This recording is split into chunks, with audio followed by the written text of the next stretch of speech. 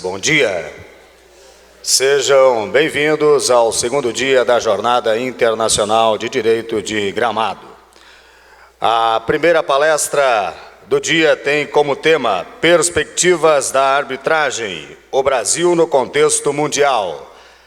E eu convido para que venha ao palco o Dr. Silvio Venosa.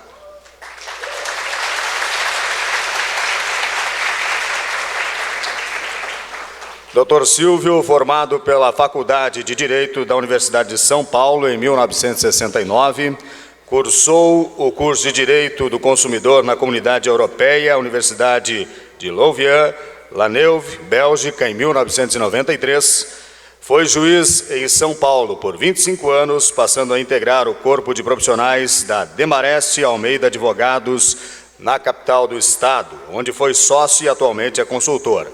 Foi professor da Universidade de Ribeirão Preto, na Faculdade Metropolitana Unidas, na Faculdade de Direito de São Bernardo do Campo. Senhoras e senhores, com vocês, Dr. Silvio Venosa.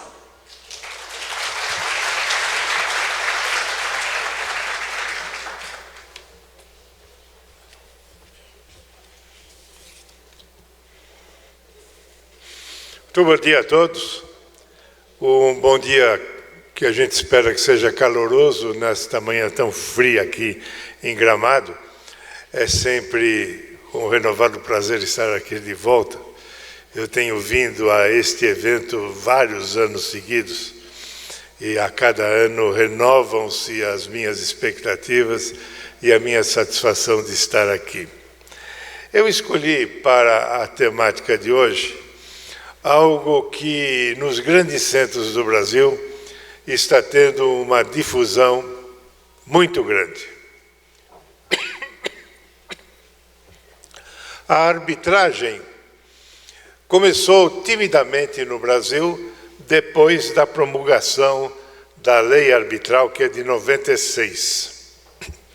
Até então, embora nós já estivéssemos num mundo globalizado,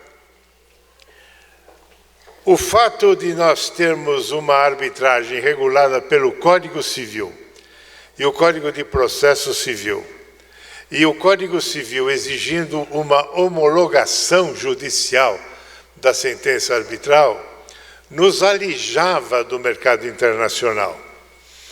Com muita frequência, e eu me lembro quando travávamos contato com empresas americanas, empresas inglesas, empresas europeias em geral, quando eles estipulavam uma cláusula arbitral, principalmente se a cláusula arbitral fosse para ser aplicada no Brasil, e a pergunta dos advogados estrangeiros, mas essa cláusula vai ser aceita no Brasil?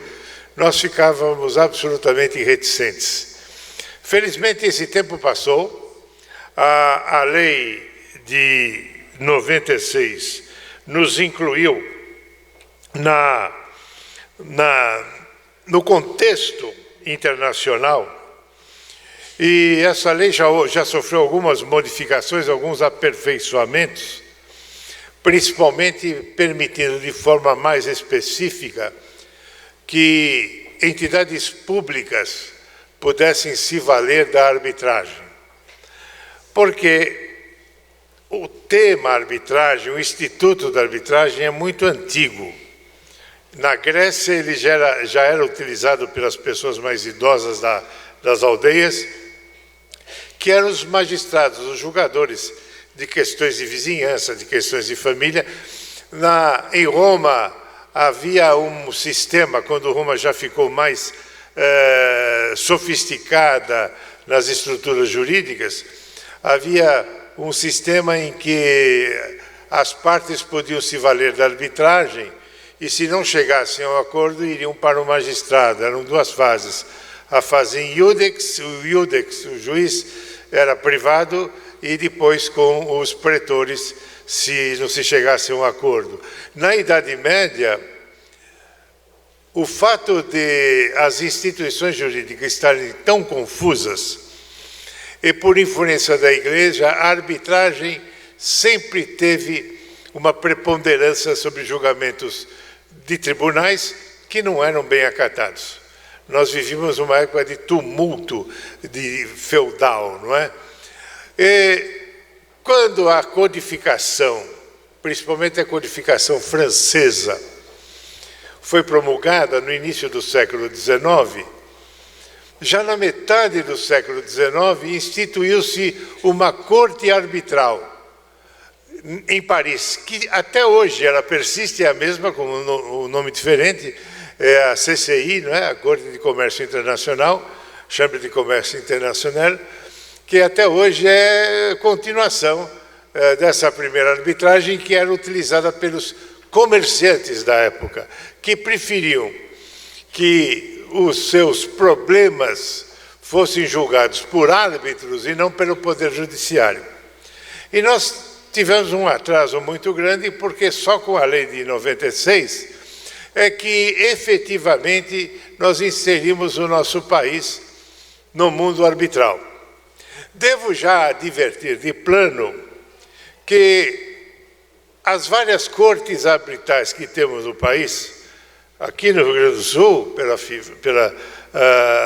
pelas entidades locais, no nível nacional, pela CCI, que atua muito aqui no Brasil também, pela Fiesp, a Federação das Indústrias, e várias outras instituições, como a Câmara de Comércio Brasil-Canadá, a Câmara Britânica, todas essas instituições funcionam como cortes arbitrais, todas com muito trabalho, muitos processos. E essa escolha pela arbitragem faz parte de uma temática muito mais ampla, a fuga do Poder Judiciário.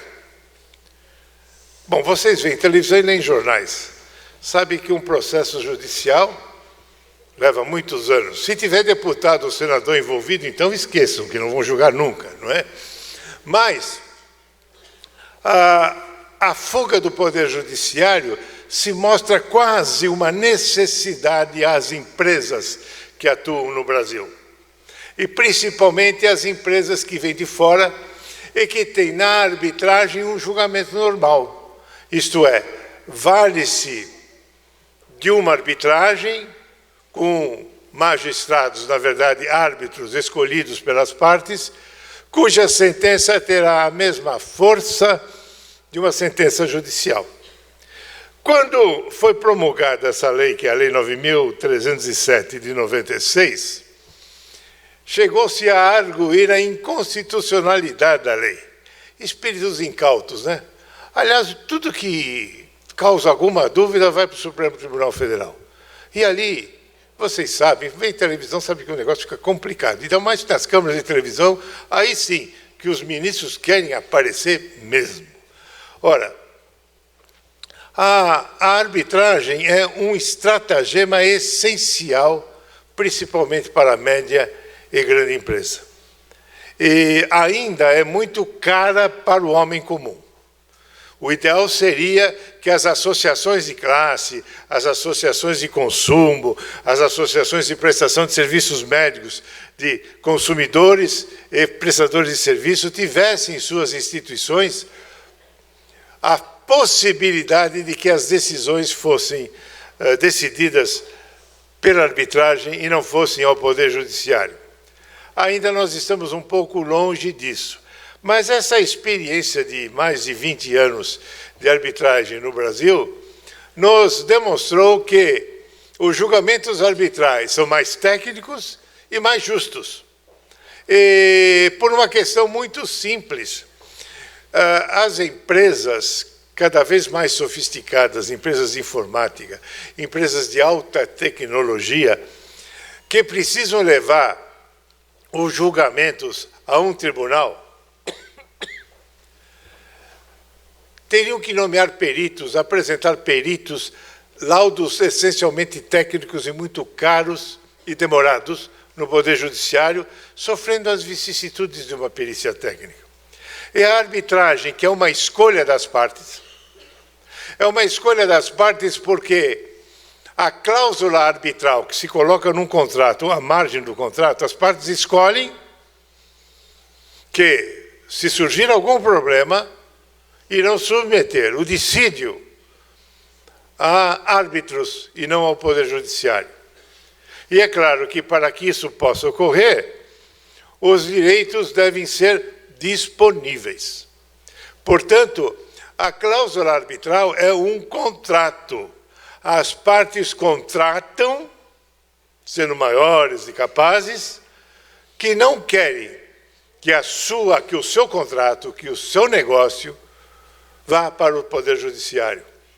E, indo para os árbitros, dentro da nossa lei, os árbitros têm 180 dias para proferir a decisão, podendo pedir prorrogação por mais 180 se a questão for muito técnica. Eu posso citar alguns exemplos práticos. Atualmente estou participando como árbitro num julgamento que envolve lavra de minério de ferro. E nessa discussão, na audiência em que ouvimos testemunhas, ouvimos também peritos nessa técnica que vieram do mundo inteiro. Nós tivemos um perito engenheiro da Austrália, um do Japão, um dos Estados Unidos, para esclarecer os árbitros como e quando se resolve aquele problema de lavra de ferro.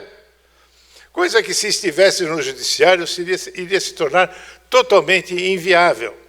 E várias outras situações em que a informalidade maior, eu não digo que o julgamento numa arbitragem seja totalmente informal, não é. Mas é muito maior a informalidade do que com o juiz togado. As testemunhas continuam com o dever de dizer a verdade sob pena de responder de falso testemunho, mas é muito informal e raramente, eu participei de dezenas já de julgamentos arbitrais, tanto como árbitro como expert em direito privado brasileiro. A arbitragem tem essa particularidade.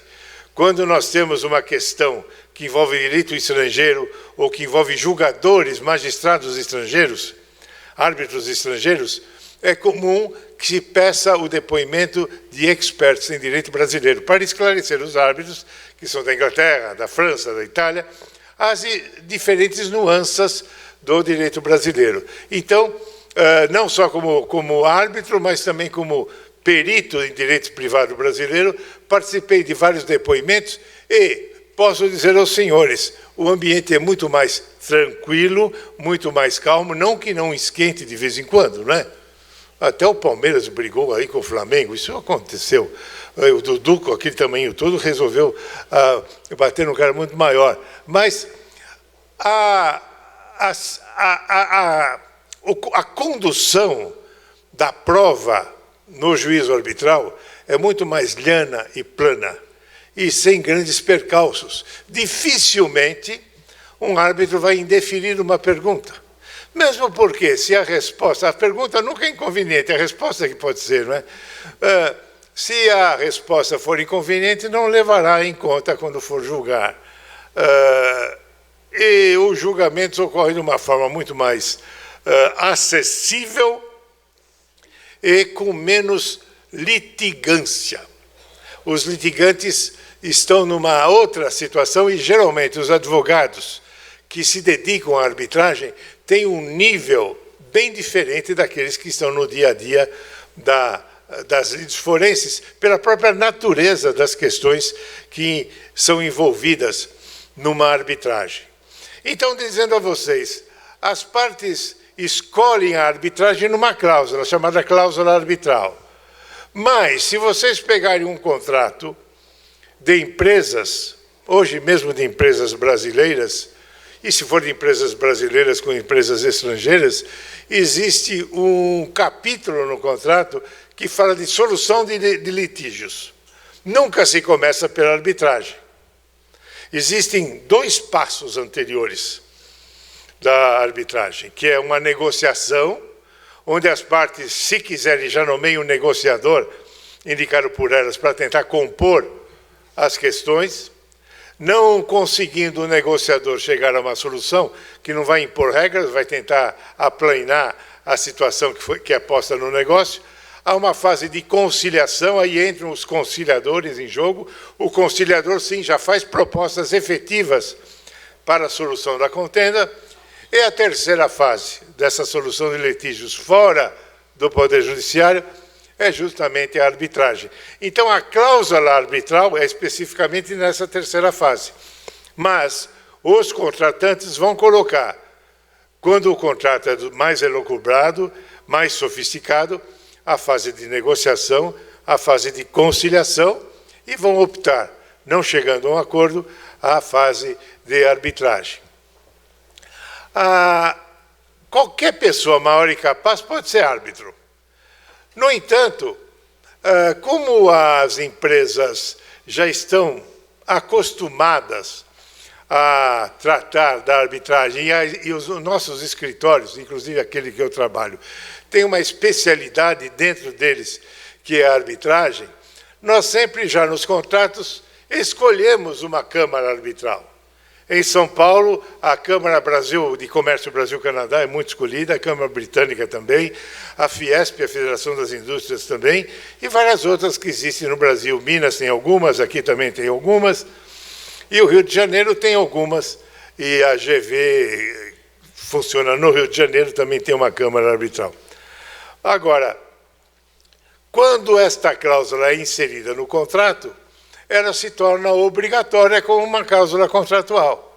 A arbitragem, a verdade, a cláusula contratual, aquela cláusula que faz com que as partes concordem em ir para a arbitragem e não ao judiciário, ela é uma espécie de transação, tanto que no Código de 16, a arbitragem era colocada logo junto com a transação, e no Código atual, logo depois da definição de transação, um único artigo se define que as partes podem se valer da arbitragem e remete à lei específica.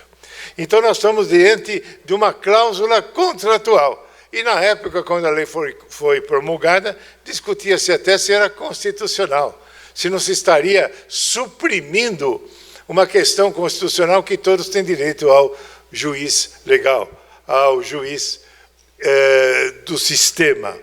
E não se viu isso porque nós chegamos muito tarde na França, uma democracia por essência, a partir da Revolução Francesa, nos Estados Unidos, na Inglaterra, na Itália, em Portugal, na Espanha. Todos esses países aceitam e têm aceitado sem rebuços e com muita eficiência a cláusula arbitral. As partes podem escolher o tribunal arbitral, e é conveniente que façam uma cláusula já específica, dizendo qual o tribunal arbitral que desejam, mas podem apenas dar uma cláusula aberta, dizer que vão recorrer à arbitragem. Isso vai dificultar, porque depois tenho que intimar a outra parte para que escolha uma corte arbitral, nem sempre isso é fácil. E os árbitros, apesar da lei dizer que qualquer pessoa pode ser árbitro, sendo maior e capaz, desde que não tenha nenhuma suspeição ou impedimento no caso, as partes preferem recorrer a essas cortes que já são tradicionais, que têm um corpo de árbitros, embora não se esteja obrigado a escolher um árbitro dela, pode-se escolher alguém de fora, mas a vantagem de escolher, por exemplo, um árbitro da Federação das Indústrias é que ele já está acostumado com o estatuto daquela Câmara Arbitral. Então, fica mais fácil para ele conduzir as audiências e os procedimentos, expedindo as ordens processuais, não é? e tudo mais. E, quando se tem uma cláusula arbitral, a nossa lei 9.307, no artigo 7º, impôs um procedimento para que ela seja compulsoriamente aceita. Pode ocorrer, não é muito comum, mas pode ocorrer, que num contrato uma das partes queira iniciar a arbitragem, existe uma parte recalcitrante que diz que não quer a arbitragem. Esta primeira parte pode entrar com ação para que o juiz instaure a arbitragem. E, movido o processo pelo rito comum, o processo comum, a outra parte vai dizer por que não aceita a arbitragem, pode ter razões de nulidade, talvez. Mas, se o juiz não encontrar nenhum óbice, o próprio juiz instaura a arbitragem e ele nomeará os árbitros, o que não é o mais conveniente. Este artigo é que foi discutido como inconstitucional e durante muito tempo ficou tramitando pelo Supremo. Isto é questão já totalmente ultrapassada. E nunca é conveniente, embora as partes possam querer, que seja um árbitro único. Normalmente o tribunal funciona com 3 árbitros, cada parte indica um árbitro e esses 2 árbitros indicarão o presidente. E a maioria das cortes arbitrais estipulam que se as partes não indicar os seus árbitros, o próprio presidente o fará e aí terá início a arbitragem. Mas normalmente, correndo tudo de acordo com os paradigmas, nós teremos 3 árbitros e o tribunal coletivo é sempre uma garantia maior das partes, e esses árbitros irão proceder sob a direção de um presidente. A instrução é o julgamento, a sentença arbitral pode ser unânime ou por maioria. O árbitro que dissentir poderá declarar seu voto. Nunca é conveniente que se chegue a isso. O conveniente, e todas as arbitragens que temos participado, ou como expert ou como árbitro, temos chegado de uma forma ou de outra a um consenso, de modo que se permita uma sentença única. E a lei de 2015, que modernizou a arbitragem, trouxe importantes alterações que eram reclamadas pelas empresas e por aqueles profissionais advogados que trabalham na arbitragem. Permite que antes da arbitragem, se há necessidade de medidas cautelares, por exemplo, busca e apreensão de livros ou exame de alguma prova, seja requerido ao judiciário, e quando se ingressa com a arbitragem, os árbitros vão ratificar ou modificar essa medida.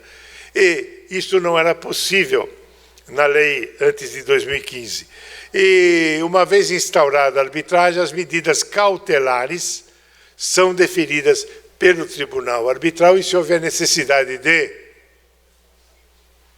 coercitividade, vocês viram isso essa semana que discutiram isso, aí é o judiciário que vai decidir. Ora, vamos imaginar que uma testemunha não queira comparecer. Então, o tribunal arbitral pode determinar a coercitividade dessa testemunha e, se não for atendida, pedir auxílio ao juiz para que conceda força para isso.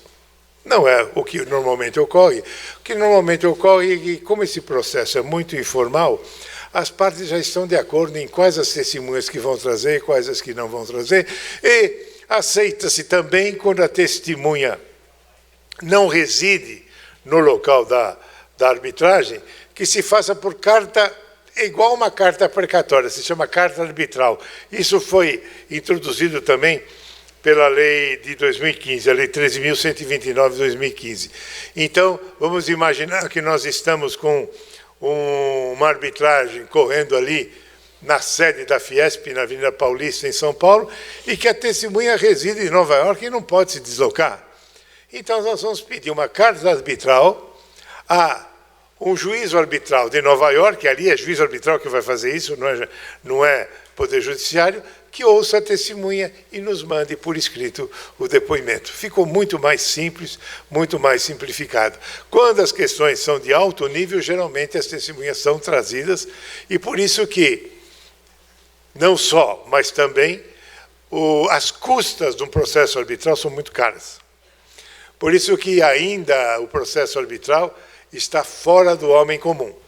E a gente tem incentivado as instituições privadas que congregam determinados segmentos da sociedade que instituam julgamentos arbitrais por seus instrumentos e que possam subvencionar as custas para que se barateie e que com isso a gente suprima do Poder Judiciário essa pletora de feitos que abarrotam os nossos tribunais. Na cláusula arbitral, deve ser especificada a língua em que será proferida. Pode ser, mesmo que o julgamento arbitral ocorra no Brasil. Pode ser em língua estrangeira, e normalmente o que acontece é que será bilíngue, todos os documentos traduzidos também para o português. Pode ser que o direito aplicável seja o direito brasileiro, as partes que vão escolher. Não esqueçam que nós estamos num contrato. E se for no Brasil, é de toda conveniência que se escolha o direito brasileiro. Por vezes isso não é possível. Por vezes a questão é tão intrincada que se escolhe um direito estrangeiro. Aí nós vamos ter mais dificuldade, porque os árbitros, se forem brasileiros, vão ter que ser instruídos no direito estrangeiro durante toda a ocorrência das provas. Então eles escolhem a língua, o direito aplicável e procedimento, normalmente se aceita dos estatutos da Câmara, para que não se tenha que alterar esse procedimento, por exemplo, de prazos. Procedimento da Fiesp, procedimento da GV, procedimento da Brasil-Canadá, procedimento da Câmara Britânica e assim por diante. Que ali nós já temos um estatuto, um código de procedimentos que será seguido e será conhecido pelas partes quando se iniciar o procedimento. Eles recebem uma cópia desses estatutos. Vejam, então, que nós estamos mesmo dentro da autonomia da vontade. Os árbitros podem ser impugnados pelas partes? Claro que podem, pelas mesmas razões que se pode impugnar um juiz togado, por impedimento e suspeição, se o árbitro já tiver dado opinião sobre o caso, se tiver parentesco, amizade ou inimizade, etc., etc. E isso é decidido normalmente pelo presidente da Câmara Arbitral, que vai definir se o árbitro pode continuar ou não. E geralmente não há esses problemas, mas podem ocorrer, e quando ocorrem atrasam bastante o julgamento arbitral. A sentença arbitral ela pode ser impugnada no sistema originário da lei arbitral, lá de trás de 96, nós tínhamos ação de nulidade da sentença arbitral e embargos à execução da sentença arbitral. Hoje, como a sentença arbitral ela equivale a uma sentença judicial, os embargos são os embargos do Código de Processo Civil. E a nulidade são os casos que são especificados na norma, são os casos que estão especificados na lei, e se houver alguma nulidade, aí sim o judiciário virá julgar. A experiência nos tem demonstrado, principalmente em São Paulo, onde nós temos Câmara específica de direito empresarial. Em São Paulo nós temos 2 câmaras de direito empresarial, que têm a competência de julgar ações de nulidade de sentenças arbitrais, que em 99% dos casos repudiam essa nulidade. Normalmente os árbitros são muito cautelosos para que não exista nulidade, cessamento de defesa, impugnação por não juntar documentos. E normalmente não há esse sobressalto da nulidade, mas se o tribunal togado julgar nula a sentença, deve ser proferida outra. Quando for o caso, porque eles podem julgar também da impossibilidade de existir uma nova sentença. O Brasil é signatário de vários tratados internacionais que permitem bilateralmente ou de uma forma geral no continente sul-americano, com os Estados Unidos e com a Europa, a transmissibilidade de dados e a aceitação das sentenças. E esses procedimentos sempre são muito obedecidos. A Câmara de Comércio Internacional, que tem sede em Paris, ela, por vezes, faz julgamentos lá em Paris de direito brasileiro. E eles têm lá uma relação de árbitros brasileiros. Mas qualquer pessoa, a maior e capaz, pode ser árbitro. E os árbitros da CCI estão muito versados no direito sul-americano e no direito brasileiro. Normalmente, mesmo lá em Paris, a língua utilizada é o inglês. E, excepcionalmente, se faz em português. mas mesmo em Paris se faz em inglês. Interessante notar que os países da Europa Ocidental, Espanha, Itália, Alemanha, Bélgica, França, eles escolhem a Câmara de Paris ou mesmo fazem no Brasil. E as antigas repúblicas orientais que estavam sob domínio da antiga União Soviética, a Hungria, República Tcheca, Polônia, esses países escolhem a Finlândia para a decisão arbitral. Então nós temos muitos colegas, eu prefiro não ir, deixo os mais jovens, porque faz muito frio lá, pior que aqui. E vocês já imaginam a gente ver o Jornal Nacional lá em finlandês. Não deve ser uma coisa muito agradável. E os colegas ficam 10, 15 dias em julgamentos, porque esses países da antiga cortina de ferro confiam na Câmara Arbitral da Finlândia. É apenas uma observação, isso não é regra. Mas as câmaras mais utilizadas são as de Nova York, de Boston, de Paris. Normalmente os julgamentos são feitos lá, mesmo que sejam da Itália, da Espanha, da Inglaterra, às vezes Londres, mas nem tanto.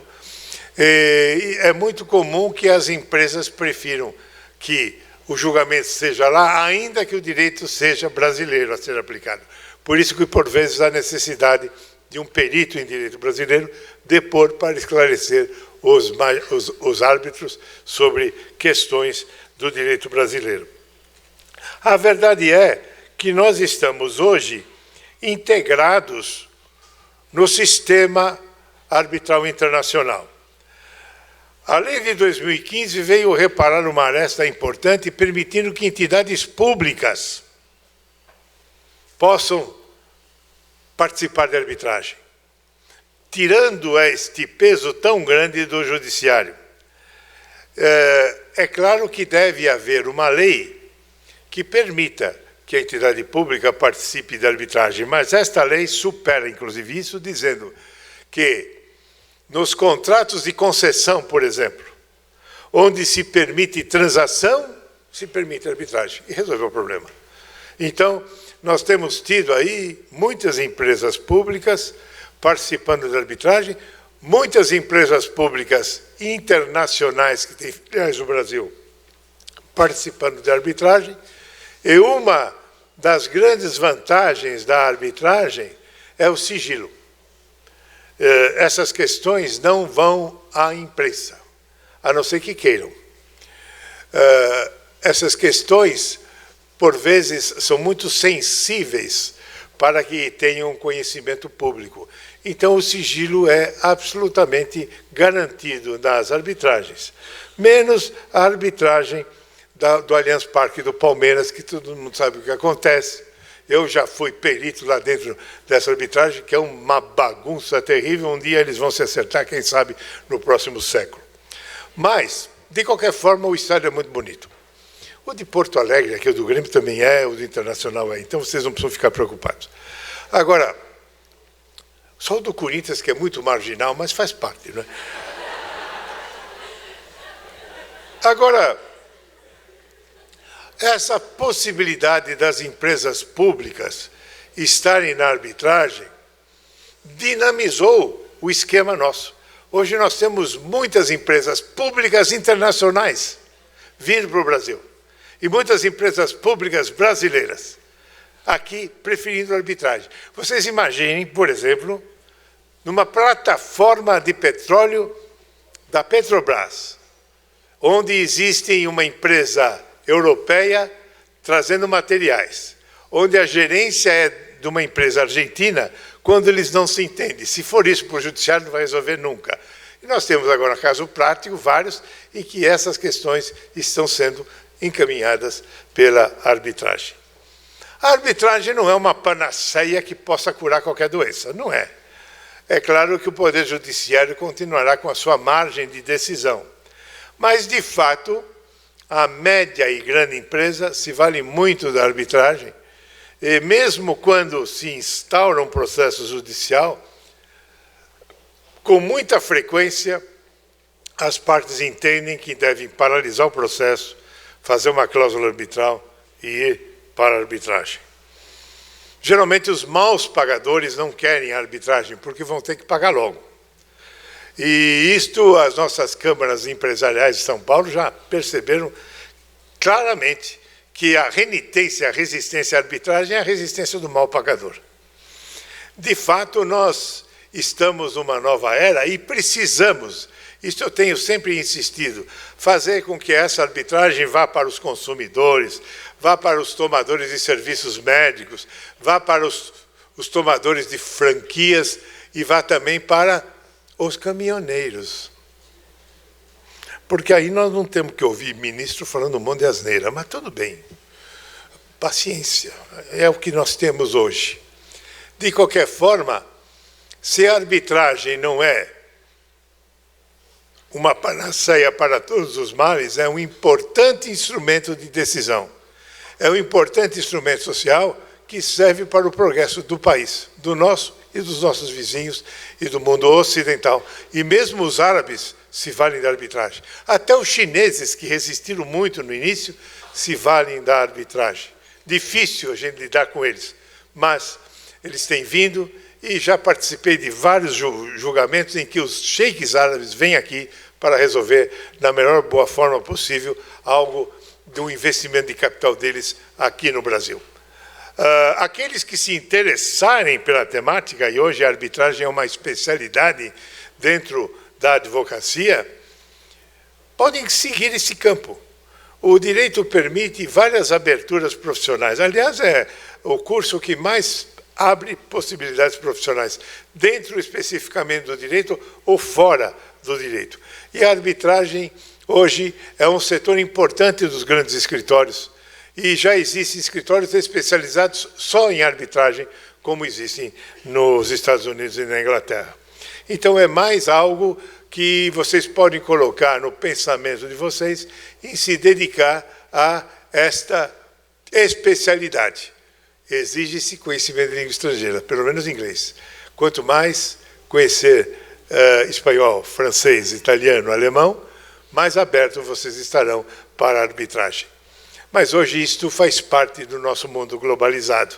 Vocês jovens têm todas essas aberturas. Sigam suas carreiras, sejam felizes e muito obrigado.